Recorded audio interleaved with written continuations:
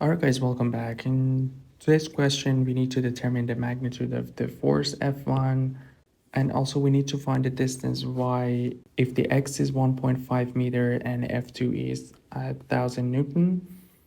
So we need to find two unknowns F1 and the y that we are seeing in here. So let's just start with the free body diagram of point B. So if you look at point B, we have the force F2, which we know it's 1000 Newton. And we also have one cable that is attached to the pulley. And if we look at it, it will be one single cable that has the force of F1. So this will be the two forces that are applying to the point B or the center of the pulley. So that's pretty much for our free body diagram. And what we need to do is to find some of these missing angles that we need for applying our fx and fy. With this one, if we do the Pythagorean theorem for this side, we'll have, so we know this side is 1.5 and the other side is y. And if we want to find the hypotenuse, we'll have y squared plus 1.5 squared. And if we look at the bottom right triangle here, which I'm showing in red, we know this side is 2. Again, this side will be 1.5. And here we will have square root of 2 squared plus 1.5 squared. And from here, we pretty much have all the angles that we need. And let's start with our fx and fy. If we start with fy, and this would be our positive direction, what we have is f1 sine of this angle alpha, which will be opposite divided by hypotenuse, which is square root of y squared plus 1.5 squared.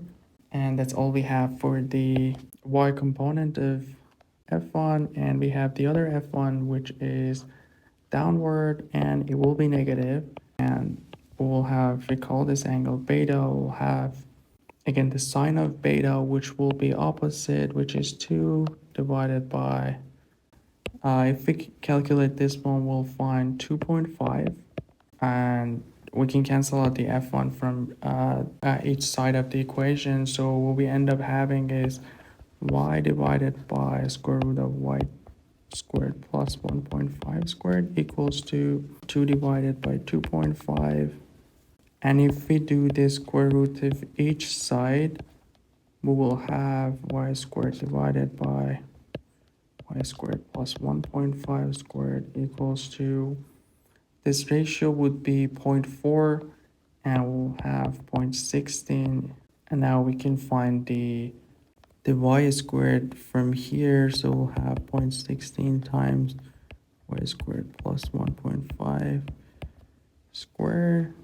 And from here, we will have 0.84 of y squared equals to 16.1.5 squared. And from here, we can find which our y will be only the positive answer, because the distance can be negative. So we'll get 2 meter for y. And this is one of the unknowns that we're supposed to find in the question, but we still have one more equation, which would be our fx, and we also need to find the f1, which is in the x, and we can find f1 as another unknown that we have in here. So what we have for x direction is basically f2 minus, if we go with the top vector, we'll have f1 this time cosine of alpha, which will be 1.5 divided by 2.5.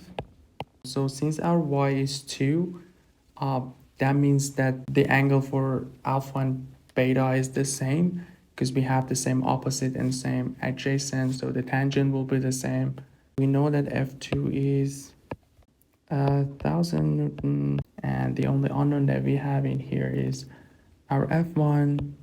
So we simply have f2 equals to 2f1 1.5 divided by 2.5, and we know f1 is 1000 Newton, and from here we can find f1 833 Newton.